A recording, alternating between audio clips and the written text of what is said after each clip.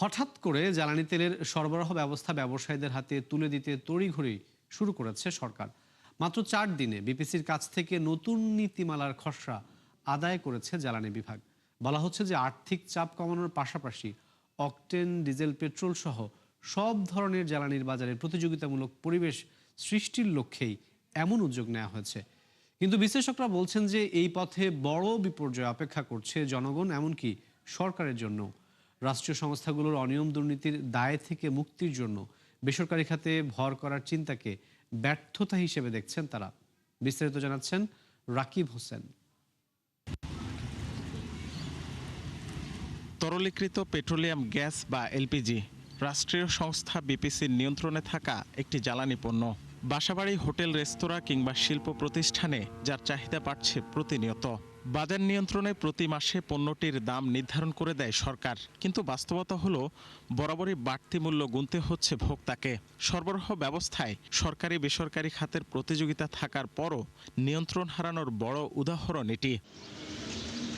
ভয়াবহ এই বাস্তবতা উপেক্ষা করে এবার অকটেন, ডিজেল, পেট্রোল সহ সব ধরনের জ্বালানি তেলের নিয়ন্ত্রণ ব্যবসায়ীদের হাতে তুলে দিতে তড়িঘড়ি শুরু করেছে বিএনপি সরকার। মাত্র 4 দিনে বিপিসির কাছ থেকে নতুন নীতিমালার খসড়া আদায় করে নেয় জ্বালানি বিভাগ। বলা হচ্ছে আর্থিক চাপ কমানোর পাশাপাশি জ্বালানির বাজারে প্রতিযোগিতামূলক পরিবেশ সৃষ্টির লক্ষ্যে এমন উদ্যোগ নেওয়া হয়। কিন্তু বিশ্লেষকরা বলছেন এই পথে বড় বিপর্যয় অপেক্ষা করছে জনগণ, এমনকি সরকারের জন্যও। চুরি সরকার বন্ধ করতে পারেনি, সরকারের হাতে সার্বভৌম ক্ষমতা, সেখানে সরকার ব্যর্থ হচ্ছে এবং বসুন্ধরা বা এরকম বড় কোম্পানির হাতে ছেড়ে দিয়ে চুরি বন্ধ হবে।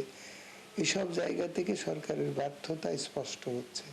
সরকারের ব্যর্থতার পুরস্কার স্বরূপ সরকারকে এই সেক্টরের মালিকানা থেকে সরিয়ে দেওয়া, এটা কখনো যৌক্তিক এবং ন্যায্য হতে পারে না।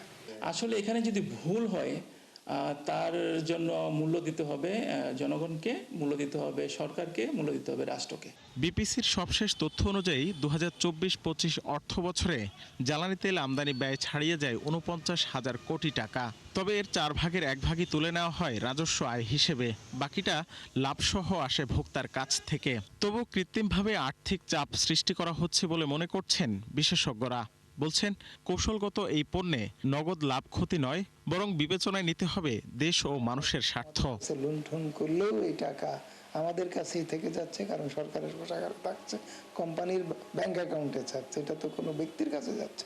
কিন্তু এই মুনাফাকারী কোম্পানিগুলোকে তাদের কাজ সরকার আর করবে না। এই মুনাফা পাতালে বসুন্ধরা বা তার মতো এরকম ব্যক্তিখাত কোম্পানিকে দেওয়া হবে, এটা কি মেনে নেওয়া যায়? তারা ক্রুডকে ইম্পোর্ট করতে পারে, তারা রিফাইন করতে পারে, তো তারা স্টোর করতে পারে, কিন্তু আলটিমেট কনজিউমার ইন্ডিভিজুয়াল লেভেলে যে সেলিংটা হচ্ছে, এইটা কিন্তু সরকারের অধীনে থাকাটা ভালো, এবং দাম নির্ধারণ করা এটাও সরকারের অধীনে থাকা ভালো।